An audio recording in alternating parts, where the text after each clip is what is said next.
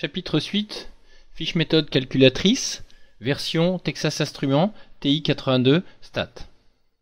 Première forme, suite définie sous forme explicite. Par exemple, si on veut calculer les termes de la suite UN définie pour tout entier naturel n par la relation UN égale 3n plus 2 sur n carré plus 1 et afficher les termes d'indice 0 à 50 et conjecturer la limite de la suite. Première étape, dans mode, il faut aller régler donc non pas sur fonction mais sur suite. Ensuite, dans f de x, c'est-à-dire y, on va saisir donc l'expression de la suite. Ici, entre parenthèses, 3n, donc 3. Le n s'obtient avec la touche x, t, θ, n. 3n plus 2, divisé par n carré, plus 1. On valide.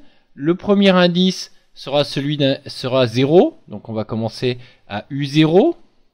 Ensuite, il suffit d'aller dans table pour afficher les termes de la suite. On a donc U0 égale 2, on peut vérifier rapidement, 3 fois 0 plus 2 sur 0 carré plus 1, 2 sur 1, 2. Et donc, on peut constater que la suite semble décroissante. U50 est environ égal à 0,06. Il semble que la limite de la suite soit 0. Suite définie par une relation de récurrence. La suite UN est définie pour tout entier naturel n supérieur ou égal à 1 par UN plus 1 égale 2 tiers de UN plus 4 et U1 égale 3. On veut afficher les termes d'indice 1 à 50 et conjecturer la limite de la suite et son sens de variation. Il suffit ensuite de saisir la suite. On va donc avoir UN plus 1 égale 2 tiers de UN plus 4, c'est-à-dire finalement UN égale 2 tiers de UN moins 1 plus 4.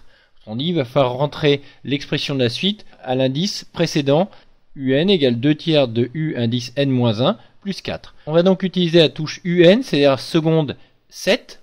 On va donc saisir l'expression de la suite, à savoir 2 tiers multiplié par... Alors pour saisir U, on va utiliser la touche seconde 7, touche UN. L'indice entre parenthèses n-1, donc x, t, θ, n, moins 1, on ferme la parenthèse, plus 4. On valide avec entrée. Le premier indice, donc U1, est égal à 3. On valide. Et le premier indice, donc ici, 1. Et ensuite, on affiche le tableau de valeurs. On a donc U1 égale 3. U2 égale 6. Alors, on peut vérifier. 2 tiers fois 3, 2, plus 4, 6. U3 égale 8. Il semble que la suite soit croissante et que sa limite soit égale à 12.